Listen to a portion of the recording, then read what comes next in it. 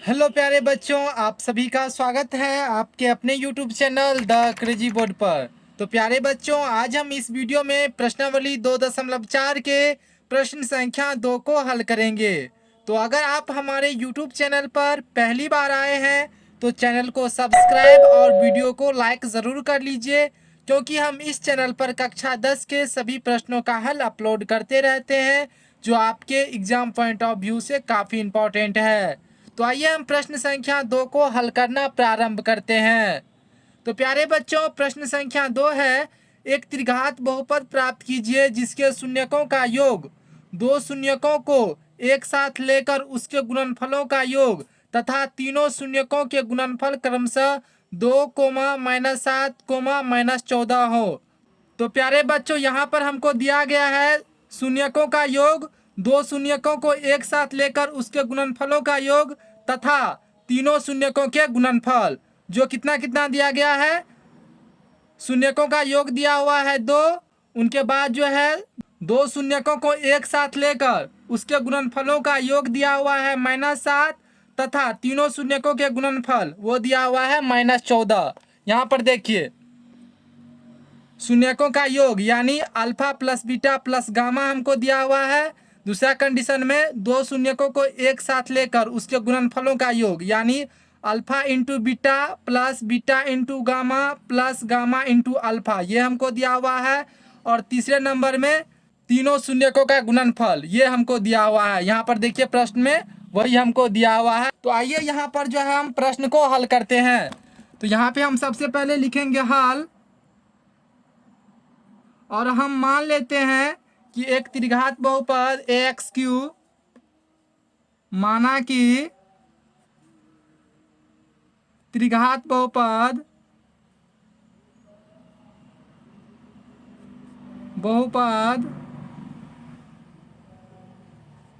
AX³ plus BX² plus CX plus D है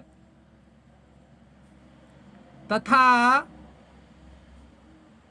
इनके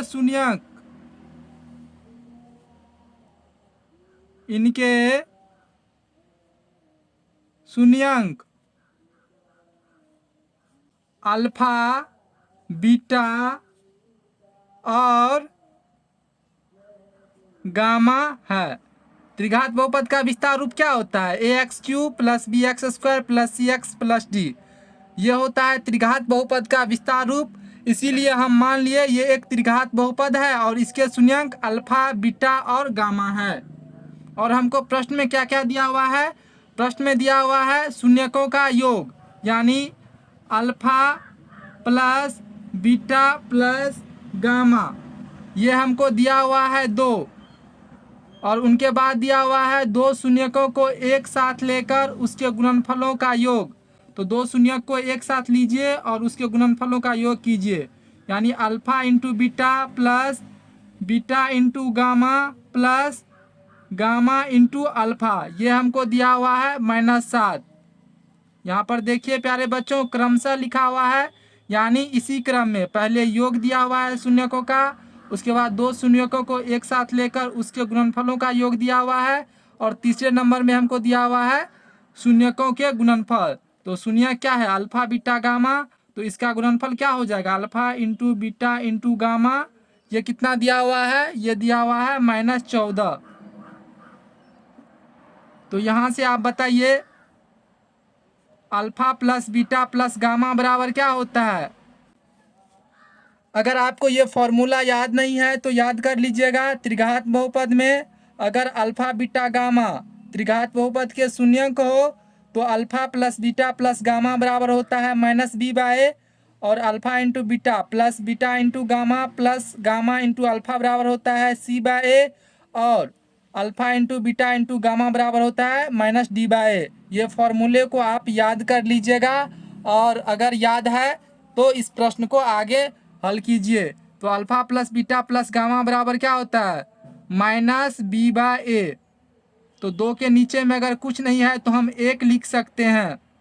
तो यहाँ से बताइए b बराबर क्या हो जाएगा? b बराबर हो जाएगा -2 और a बराबर हो जाएगा 1।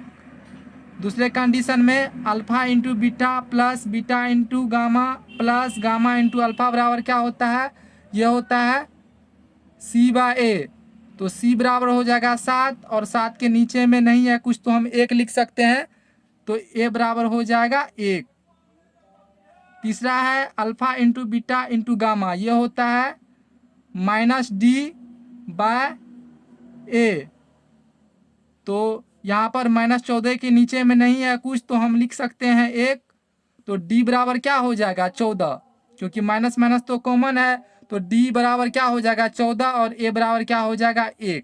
तो यहाँ से आप लिखिए A बराबर हो जाएगा 1, B बराबर कितना हो जाएगा, तो B बराबर हो जाएगा यहाँ पर -2, क्योंकि यहाँ पर है -B बराबर 2।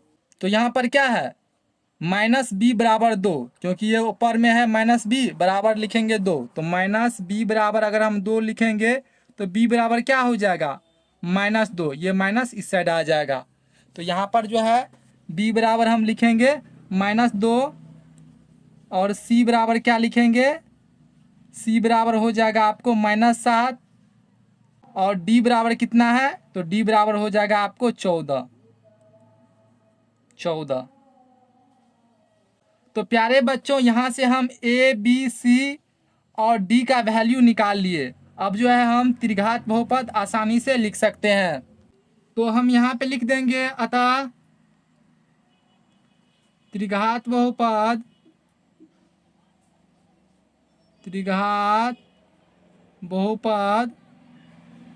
क्या है ax³ plus bx² plus cx plus d बराबर, तो एक जगह हम क्या लेंगे 1 और उनके बाद क्या है x³ तो x³ को 1 से गुना करेंगे तो क्या हो जाएगा x³ प्लस b, तो b की जगह कितना है -2 और उनके बाद जो है x² प्लस cx, c के जगह कितना है, तो c के जगह है -7 इंटू x प्लस d कितना है, d है 14। तो ये कितना हो जाएगा x³ plus minus minus 2x² plus minus minus 7x plus 14, ये त्रिघात बहुपद हो गया। तो प्यारे बच्चों इसमें हम कुछ नहीं किए, बस ये जो हम त्रिघात बहुपद ax³ plus bx² plus cx plus d माने थे उसमें हम a b c d का वैल्यू रख दिए। a b c d का जो वैल्यू हम यहाँ पे निकाले हैं वही वैल्यू हम यहाँ पे रख दिए और हमको बहुपद क्या आया x³ minus 2x² minus 7x plus 14। तो प्यारे बच्चों हमको उम्मीद है कि आपको ये प्रश्न अच्छे से समझ में आ गया होगा। अगर आपको कोई भी कन्फ्यूजन है तो कमेंट में ज़रूर बताइएगा, हम उनको दूर करने का अवश्य प्रयास करेंगे। तो मिलते हैं अगले वीडियो में, तब तक के लिए आप पढ़ाई करते रहिए। Thank you for watching this video. जय हिंद प्यारे बच्चों।